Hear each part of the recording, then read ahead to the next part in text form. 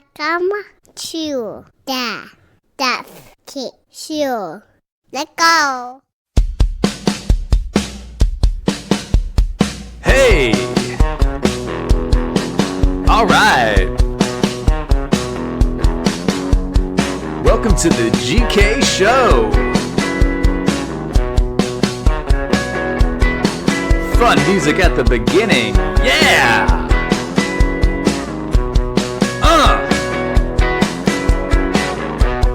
Hope you're having a good day. Let's start the pod.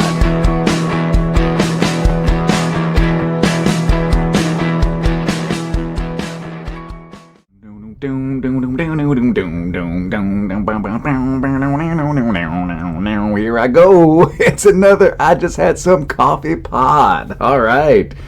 So, pretty pumped. What am I doing? I'm derobing right now. I took my hat off and my shirt off. I'm just ready to go, ready to pod.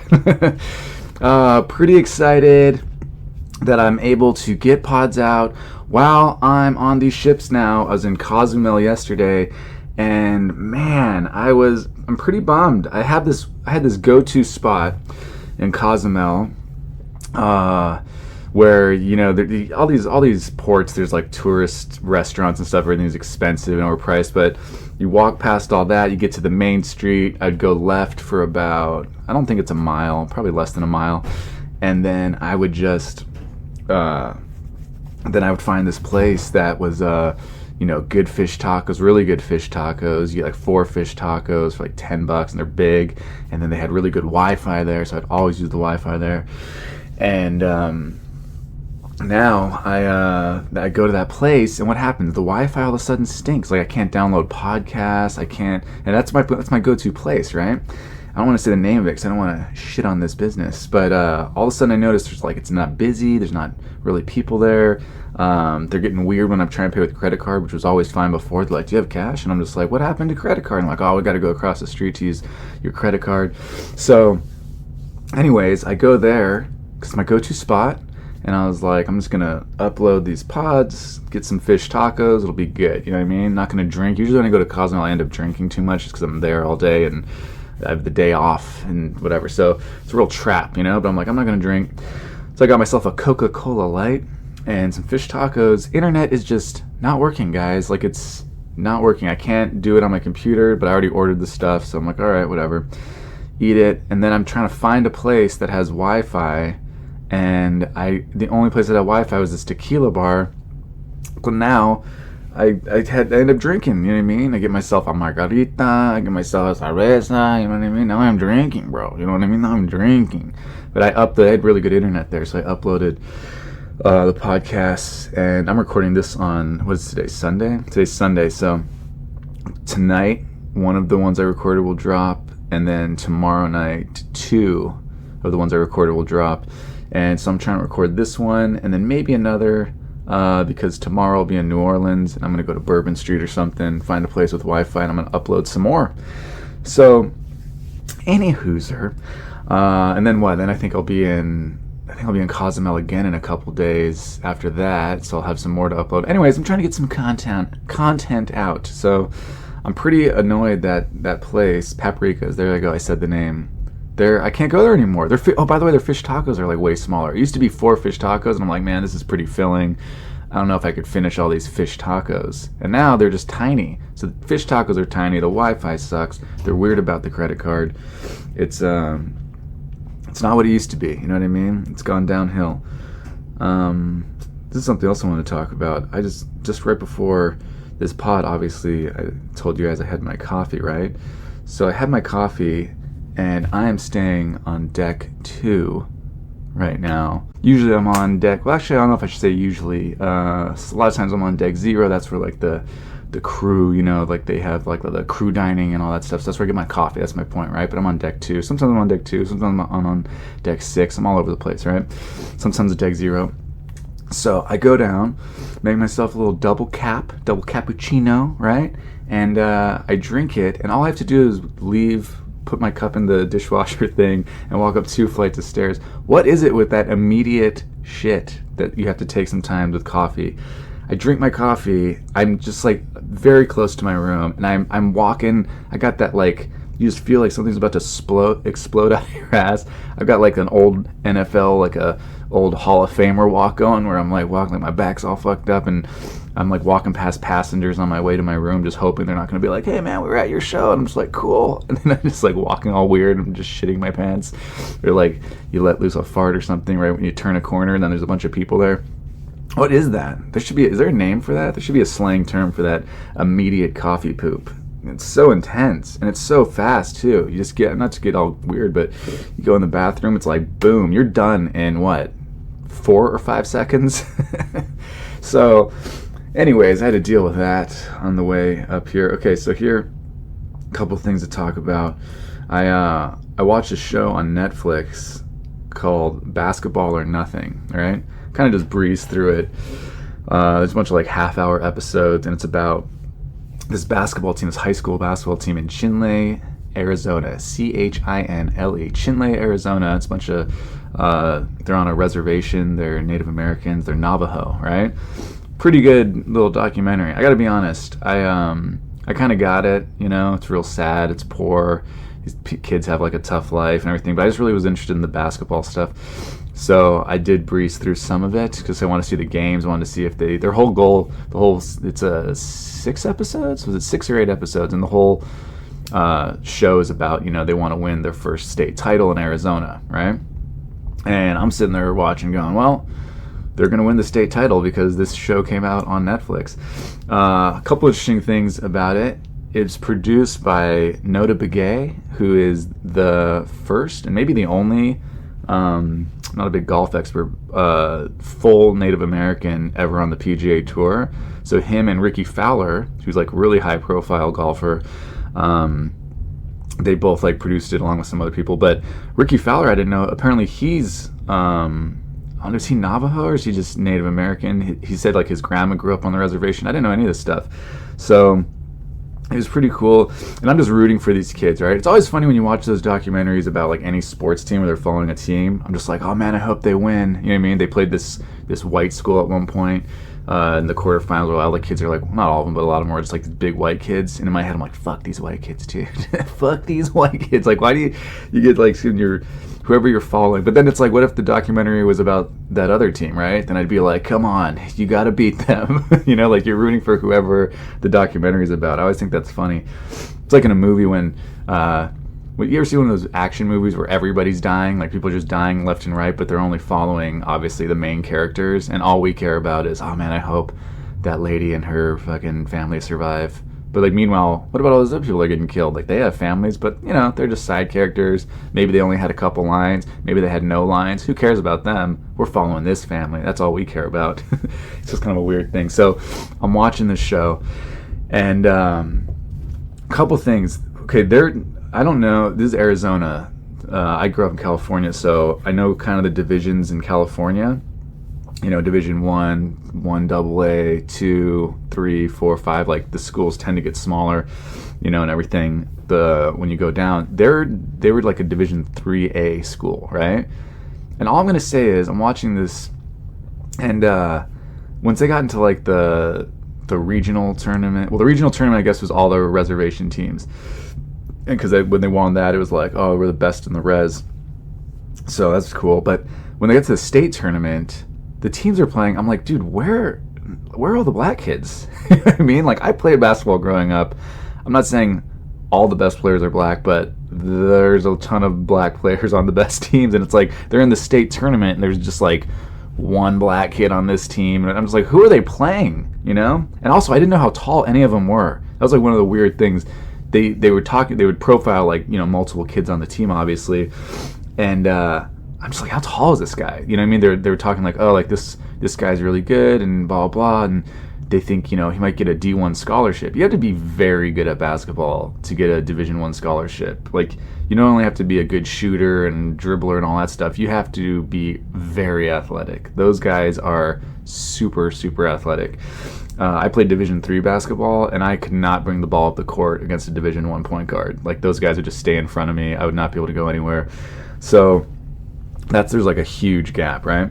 Even Division 2 guys, I feel like are usually just Division One guys that are shorter a lot of the time. Sometimes the guards, it's like some 5'7" dude who's just extremely athletic, and if he was 5'11", he'd be D1. If he was 6 foot, he'd definitely be D1. You know what I mean? So, anyways, I didn't know how tall these guys were, and like they had a big guy who was really good. I think his name was Angelo Lewis, and they were like, yeah, like, if he commits himself, like he could play college ball. And I'm like, how tall is this dude? Like, because they're all just like next to each other. And I could tell, like, oh, he's taller than the other guys on his team, but I couldn't tell how tall they are. There was one little guy, Josiah, who definitely looked very small. But I'm like, how small is that guy? Is that guy 5'7"? Is he 5'2"? Like, I can't tell at all. It's like when you watch an NBA game. Steph Curry looks tiny, right? You're watching an NBA game. I remember when Steve Nash would play, people were like, oh, Nash is like a little guy.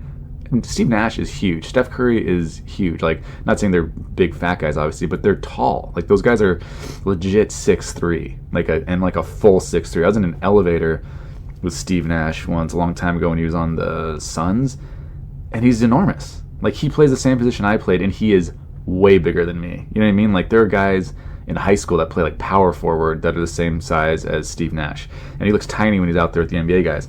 So my point is, I didn't know how tall these guys were. And then finally, they played a team. It was that big white team or whatever. And finally, there was a reference to height. The coach of the Chinle team was like, "Yeah, this team's really big, but we're a lot faster than them." And he goes, "They got a point guard, or they have a guard who's 6'7", and then they have their big guy inside is 6'6". I'm like, okay, finally, I'm going to see some juxtaposition of height. And dude, that big guy on the Chinle team, I don't think he could have been more than 6'4". I think he was probably 6'2" or 3", to be honest. But I don't know. I want to look it up, but I don't have like the full internet access. But anyways, he was a good player and everything. It was just like, where is he a big guy in college is what I was trying to figure out. Because I went to a Division III college. Our big guys were 6'8", 6'9". We had 6'5", 6'6". I think that was probably like the shortest big guy we had. There was no like 6'2" big guy in college, and I was Division III, so I don't know. Hopefully that kid did end up getting a scholarship or something. I think he'd be in college now because that's how the show ended. But anyways, he was a junior, and this season they were following. So let's see. Yeah, I don't know where the black players were. There's only a couple, which I thought was very weird for a state basketball tournament. Come on. Then they don't win. They make it to the Final Four, and they really started to come on, honestly. Like, from the beginning of the season, I'm like, this team's not going to win a state championship, and then they just went on a run, and obviously it's edited and filmed a certain way, but I'm like, oh, this is cool, man. They have a chance. Like, I don't know, though, because they kept showing the state rankings and where they were going up and down, and there was this one team that was constantly at the top, and I'm like, I feel like that's the powerhouse in the state. I think it was called Blue Ridge or something. So anyways, they start like really kind of finding their groove. The coach convinces them to play defense and everything, and then they make it to the state tournament. They win the regional tournament. They're the best on the res. They're all happy, and then the state tournament, they win the quarterfinals, and then they go to the next one, whatever, and then they go to the Final Four in Phoenix. And they lost. They lost to a team. And it's just like weird because you're watching it going like, oh, they're going to win, right? Aren't they going to win? That's why they have a documentary on Netflix. And then as the game's like going, it's like getting out of hand. I'm like, oh, they're going to be a crazy comeback. They're down 12 with 3 minutes left. Are they going to come back? And then they just don't. And then the music changes, and it's like they start showing them messing up. They start showing the other team scoring, slow motion, people with their heads down in the stands. I'm like, oh, no, this is how this ends? I wanted them to win so bad. I thought it'd be funny if the documentary just like started following the team that beat them, and then we're like, well, we hope they win. They just totally never address it and just start following a new team. That'd be funny. So anyways, they didn't win, and so here, okay, remember how I mentioned on another podcast, probably mentioned this multiple times on podcasts, I cry a lot. Like, I cry often, especially when I'm away from my family.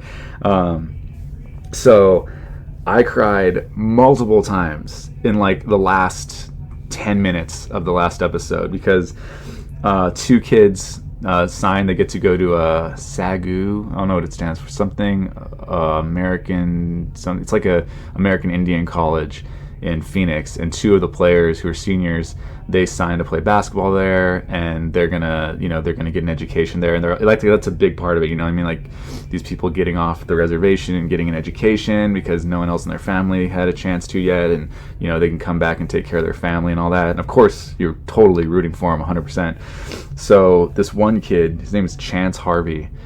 This kid, dude, his dad died when he was 5, and he's just like talking about how he's like, when I'm signing my letter of intent, or like signing day, he starts talking about how like I was looking around for my dad, and dude, I just lost it. And he's crying, and he's just like, but I know he's proud of me, and he's like crying.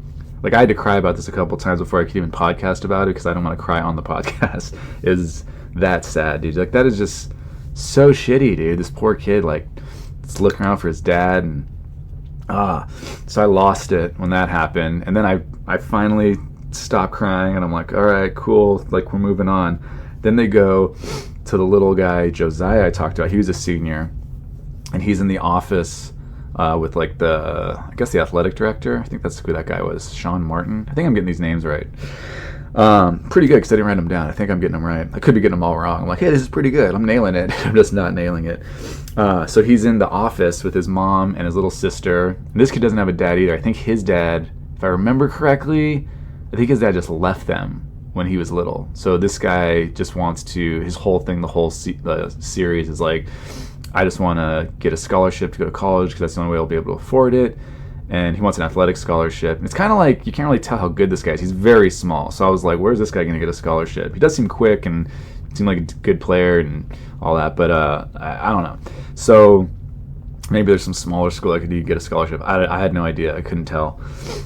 So he just wants to take care of his mom and everything, and he just seems like the sweetest kid. And he's like, she took care of me, and I just want to take care of her and my little sister and give them a better life. So there's this scene right after the other thing where the guy Chance his talks about how his dad wasn't there, and he wishes he was, and thought he was looking down on him and all this stuff, and was looking around for his dad. So then as we see in the office with Josiah's mom, his little sister, and the athletic director.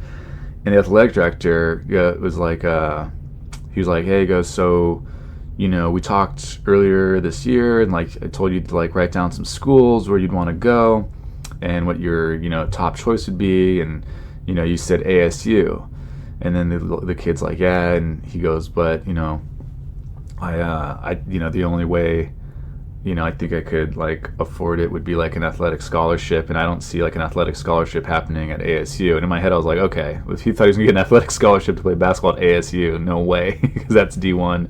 There's no way he's good enough for that. But he knew it too. And I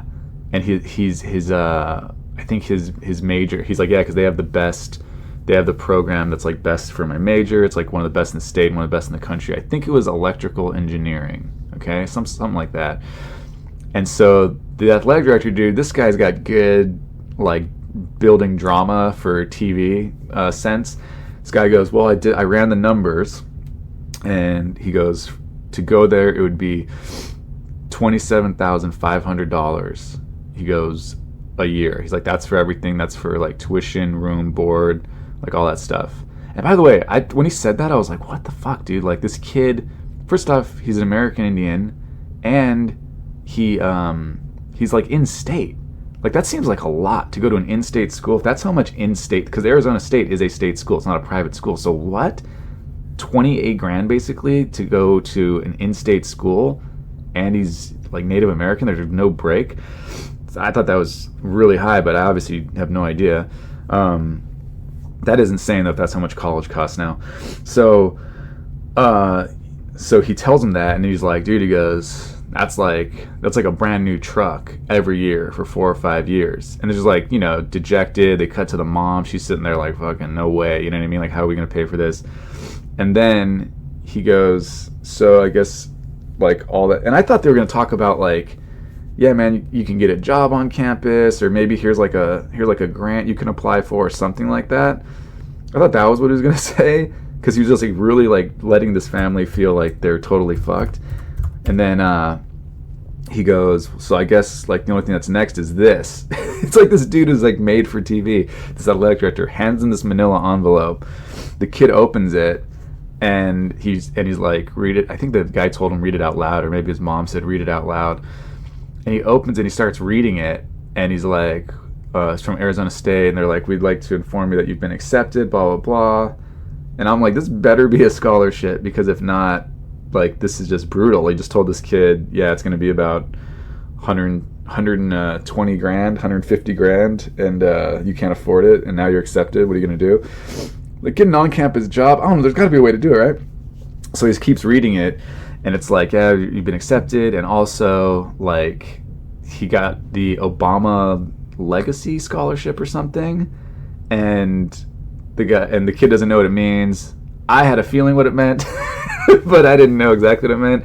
And then he's like, do you know what that means? The athletic director's like, do you know what that means? And Josiah's like, no. And he goes, the athletic director goes, everything's taken care of.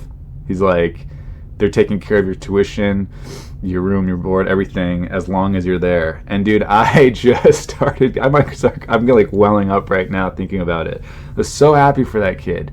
I'm like watching on my phone, crying for the second time in the last like 5-6 minutes.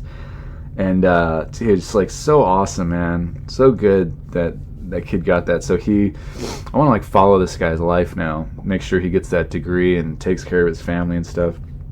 I thought it was going to be a scholarship from Ricky Fowler, because Ricky Fowler and Nota Begay, that was going to be one of them, because they're PGA golfers. They make a ton of money, and they came and spoke to the kids in one episode, you know? So I'm like, oh, like, Ricky Fowler is going to help him out. And it was like this, just like some scholarship that's called like the Obama Legacy Scholarship or something, that I guess did he not apply for that? Like, that's the only thing I was confused about. I was too busy crying. But like, did the athletic director just submit him for that? Wouldn't he need to fill something out? You know, wouldn't he be aware that he submitted for some scholarships or whatever? I don't know. Anyways, I lost it. I start crying. And then it's like the end of the thing or whatever, and they go the next season, there's this kid, Cooper Burbank, who's a sophomore, who's like their star player pretty much. And he seemed pretty good. I can't tell how tall he was. That's the thing again. I'm like, is this guy 5'11" or is he 6'2"? Like, I couldn't tell. And he was really good.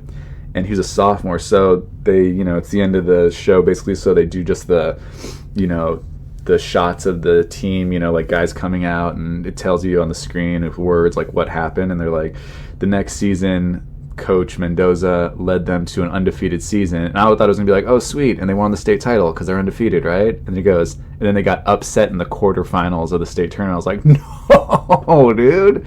No.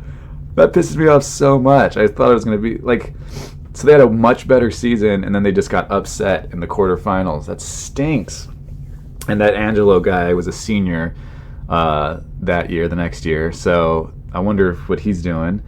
And then Cooper Burbank, he should be a senior now, I'm guessing, right? Anyways, I want to know what this Cooper Burbank guy's up to. I want to know what the Josiah kid's up to. I want to go watch a game at that American Indian College, SAGU, see Chance Harvey and the other guy. What's the other guy's name, dude? I forgot that other guy's name. I feel bad because he is also a big part of the story. But yeah, upset in the quarterfinals. That was not what I wanted to see at all. Okay, I think I covered everything about that show. It's a good show. It's a tearjerker, but I mean, that's coming from me, so everything's a tearjerker when it comes from me. Then after that, I could not sleep, so I had downloaded the movie Wine Country on Netflix, and I could not get through it.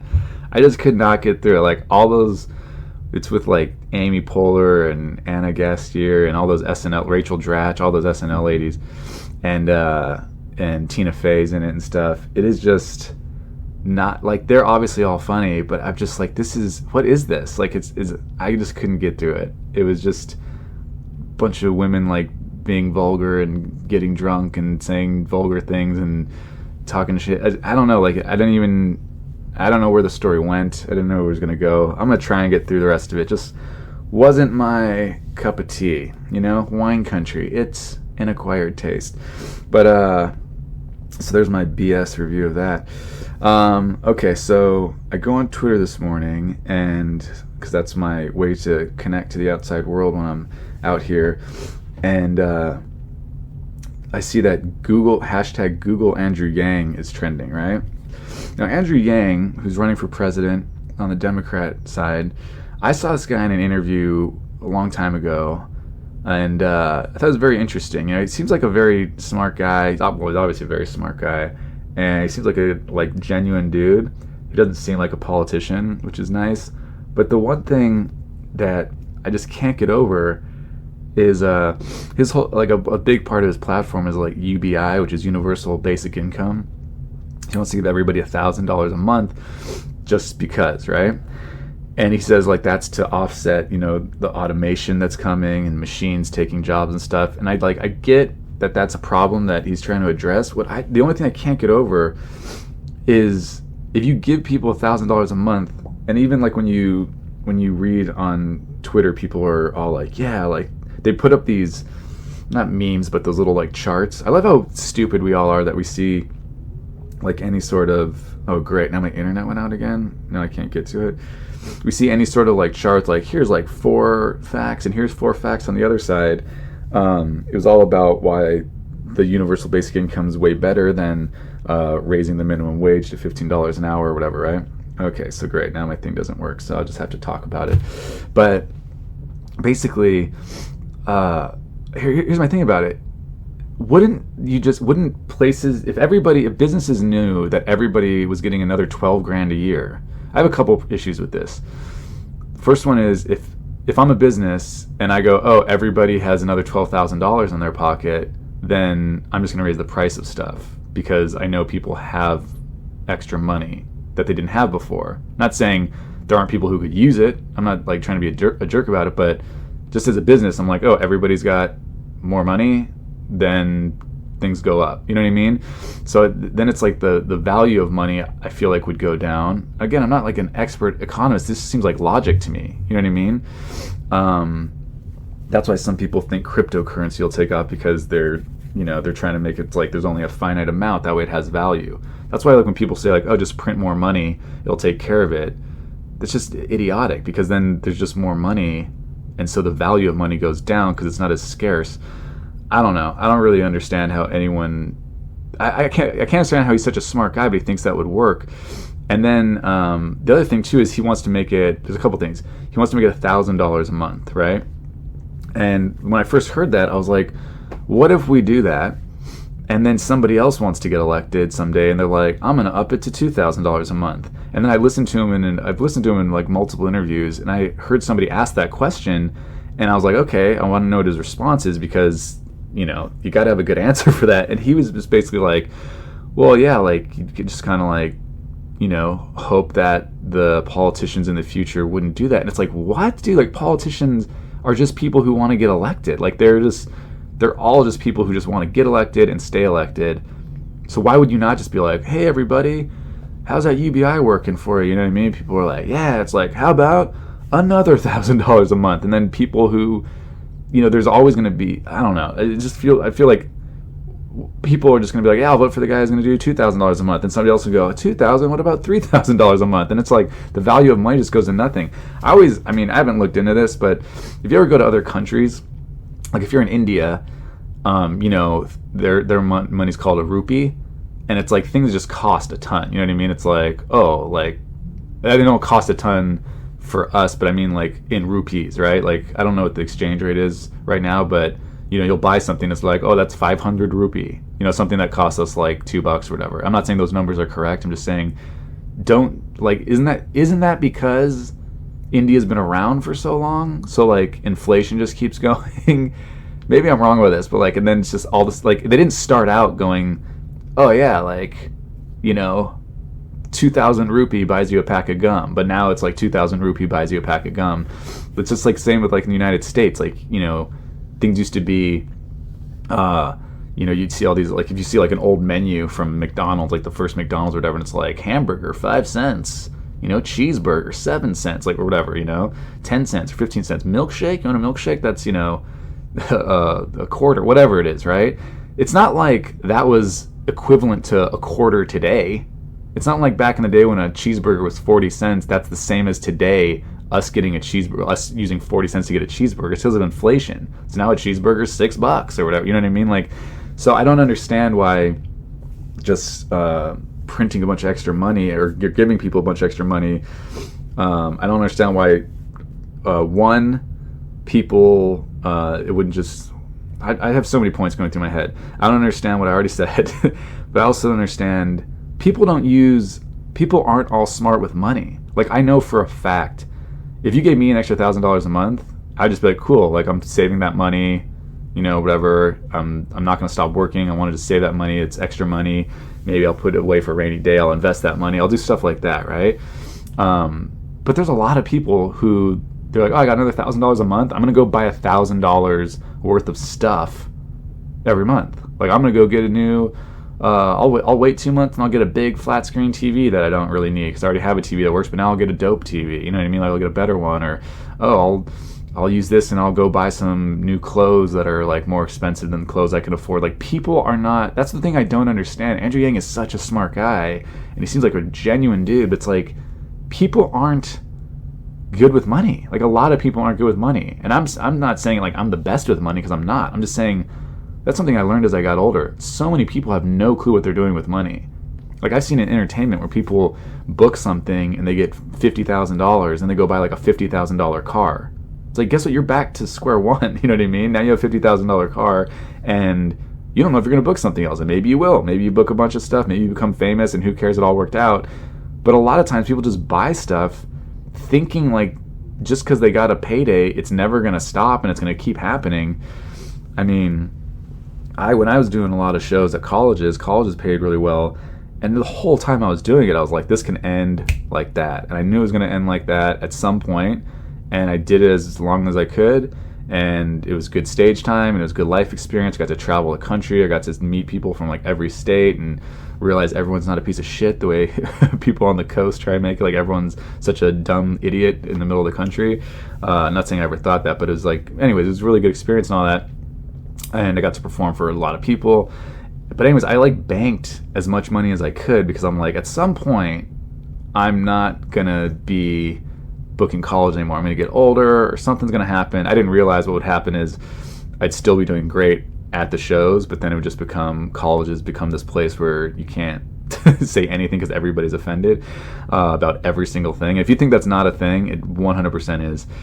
I could talk about that after this. But so the UBI thing, I just don't get, one, how it's not going to just devalue money more. Two, how people are going to just are just assumed to be smart with money. Three, how other politicians down the line, which Andrew Yang didn't have a good answer for, aren't just going to up it just so they can get elected. Next thing you know, everyone's getting a free 10 grand a month, and we're in India, and it's like everything costs fucking $1,000, but $1,000 is equivalent to what $10 used to be. You know what I mean? Like, I just don't get it. Businesses won't raise their prices. Like, I feel like these are like very simple questions, and when I heard some of them asked to Andrew Yang, he just didn't have an answer for it. Maybe I missed it. Maybe in later things he had an answer for it. That being said, that guy I still like that guy probably more than any of the other Democrats because he doesn't seem like a lying sack of shit. You know what I mean? I think it's kind of a utopian idea he has about how people are going to be with this UBI. But I don't know. I'm sure if I sat down with him, which I'm sure won't happen, he could explain to me a little bit better. But yeah, he seems like a genuine guy. He seems like a very, very smart guy. But some people are just, I don't know. Some people are super book smart and not, like street smart. I don't know. I'm not saying he's not street smart. I'm just saying there just seems like a lot of holes with that plan. All right, now that I brought it up, I guess I'll just talk about, was there something else I want to talk about the UBI thing? Let me see.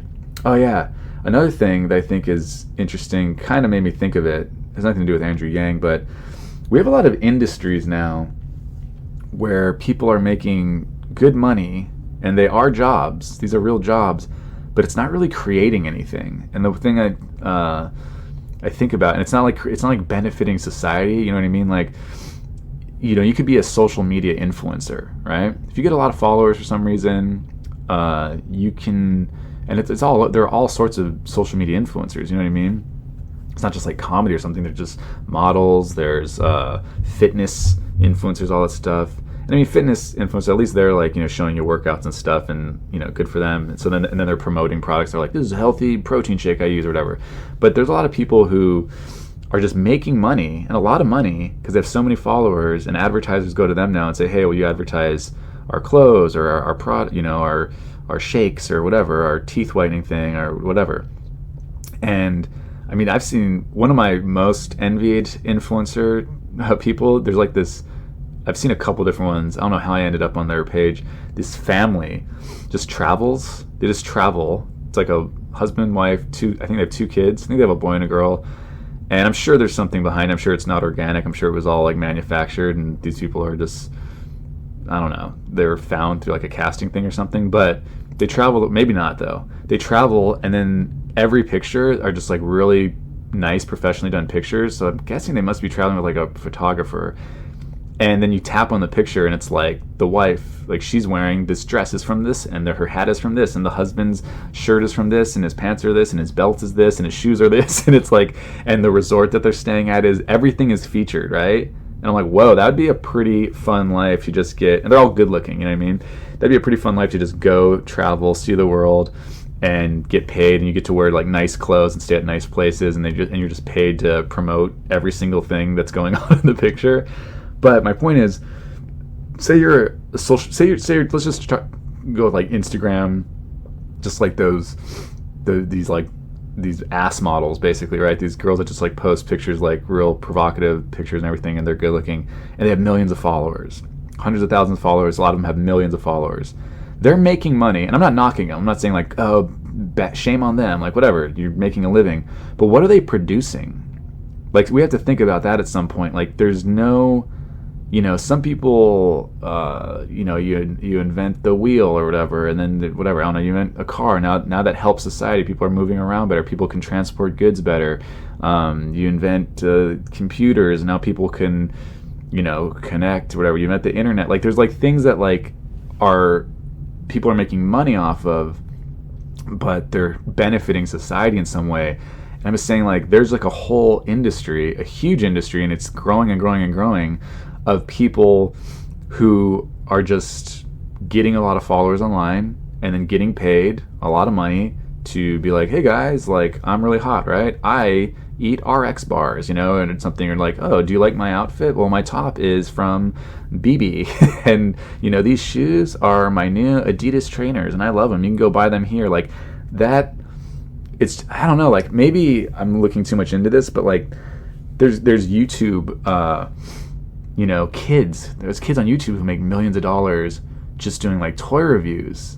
And I don't know, like, I guess it's not a lot of people when you think about it in the grand scheme of things, but the UBI thing got me thinking of it. Like, there are so many ways to make money where you're not really benefiting society. And again, like, I'm not talking as like from some position of like I'm totally helping the world or anything, but it's just an interesting thing. Like, we need people to create things that help society, that advance society, that make things better, that make things easier. And if kids growing up, I don't know, I just feel like they're gonna see, oh, I just want to be on YouTube doing toy reviews, or I just want to build my followers and everything, and then someday like I can just promote stuff on my Instagram and whatever the social media platform is, and I'll make money. I don't know. It just seems like a weird society that we've like created, where social media is just, I don't know. I think social media is, I think I said this before, I should come with a Surgeon General warning. I don't think social media is healthy at all. Like, I think there's some pluses to social media. Obviously, you can connect with people from all over the world and stuff in the snap of a finger, but I think there's way more bad things. You know what I mean? I'm not going to get into all of them right now, but I just feel like the downside is so enormous. As far as what it's doing to people psychologically, all the bad things that can happen as far as connecting with people, like, the type of people hiding their identity, and I don't know, I'm just thinking all these horrible thoughts right now. But anyways, briefly, I'll just say about the colleges, because I brought it up, which is another thing which I think is not a good thing for society. And I think it comes from a decent place where you don't want to offend, you know what I mean? Like, you don't want to offend people, but at the same time, when I first started performing at colleges, it was 2007. I think the first college show I did was 2007. And then very quickly after that, I just kind of started to do a lot of colleges, 2008, 2009, all the way to like 10, 11, 12, 13, 14, 15. I think even 2016 I was doing some colleges. I might have done a couple, maybe one or two in 2017. I don't remember. But yeah, I did do some in 2017, but not a lot. And then it's like, now it's like over, right? But when I first started doing colleges, you know, there's all sorts of different universities. There's religious universities, there's state schools, there's private schools, and they'd all have, you know, you'd show up and I'd always ask, just in case. It'd be like, oh, are there any content restrictions? And almost every school, when I first started, was like, nah, they're adults. What are you talking about? Say whatever you want. They're adults, you know, we tell them it's an adult show. They're in college now. And I'm like, all right, cool. Every now and then I'd go to a school and it was like a Catholic school or something, and they'd be like, hey, you know, don't talk about birth control, don't talk about abortion. I'm like, all right, cool, I got it. And like, yeah, we're Catholic. I'm like, okay, I won't mention anything like that. And then I remember one school was a Jesuit school, and they go, just say what you want. They go, just keep it with like Jesuit ideals. And I was like, I have no idea. That's so vague. And they're like, we'll just in the back, we'll just like wave our hands if you start saying something, and we'll just wave our hands. And I'm like, all right, cool, sounds good. So my point is, for the most part, it was like, say whatever you want. They're adults, right?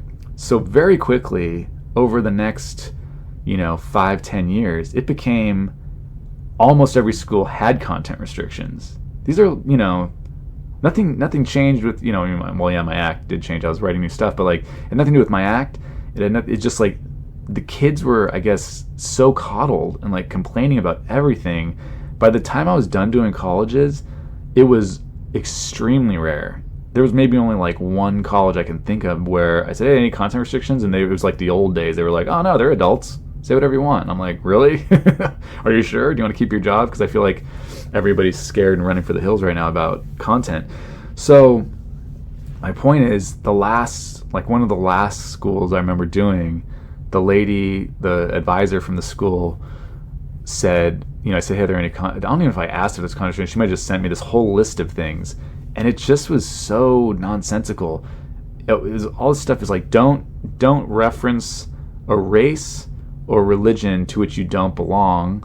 Like, you can't even reference it, right? Can't even say like, oh, my best friend is black and he took me to his church and I'd never been to a Black Baptist church. Like, you couldn't even do that according to her, because like that's racist or something. You're telling a story about your best friend. And then and one of the things, it said like nothing anti-Muslim. And of course, first off, I don't do anything anti-Muslim in my act or privately. I don't speak anti-Muslim stuff. But my point is, what is what does that mean? Like, oh, I can just shit on Christians. I can just make fun of Hindu people. I can just crap all over Buddhists. Like, it didn't say don't like disparage others' religions. It said nothing anti-Muslim, and I'm like, that is such a weird thing to write, because there's so many other religions, and you're making it sound like, oh yeah, fair game on everybody, but don't say anything anti-Islam. It's like, okay, I don't make fun of anyone's religion on stage. So I wrote this lady back. There was a bunch of stuff. If I had internet right now, I would try and find this email, which would be pretty hard to find, but maybe I will find it and read it. So I wrote this lady back, and I was just like, because my wife is Mexican, she's Catholic, her family's Mexican, my father-in-law's from Mexico. I talk about my family in my act, right? So I wrote her back, and I was like, hey, I go, totally cool, I got it.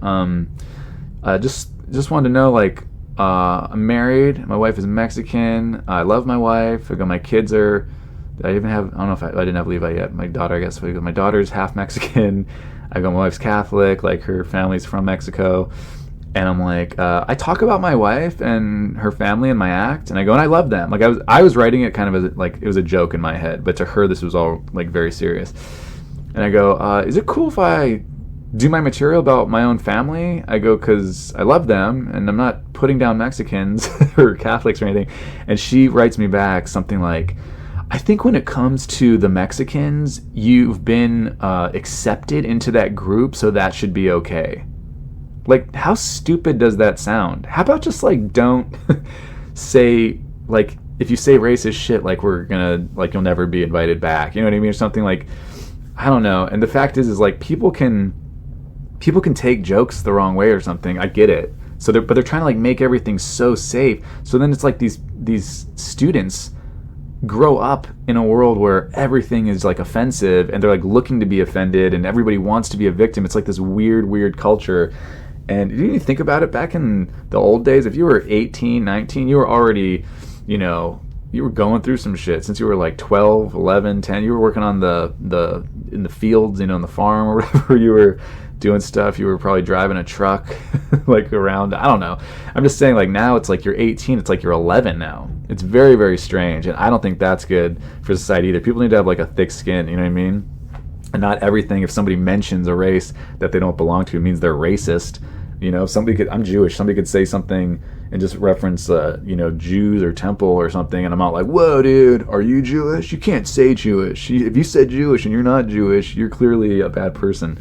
So, I don't know. I don't think that's good at all for society. This is just, what a downer way to end that. But anyways, I'm going to get going. Got to get a little workout in. I got 2 more shows tonight. Then I'll be in New Orleans tomorrow. Maybe I'll think of something else to pod about so we could throw something else down. But oh my god, I totally forgot. If you guys have not yet, please rate the podcast 5 stars. Went the whole episode without mentioning that. Please rate it 5 stars. Totally helps me out. So sick of mentioning it, but I will mention it every episode until everybody listens, rates it 5 stars. Subscribe, tell a friend. Really appreciate it. My goal is to someday, I don't know how long it'll take, get this podcast to where I can stay home with my family more and just put out content constantly, get more interviews and stuff with people, which I will get done when I'm in town, I promise. So yeah, appreciate all the support. Thanks so much. Thank you for listening to my daddy.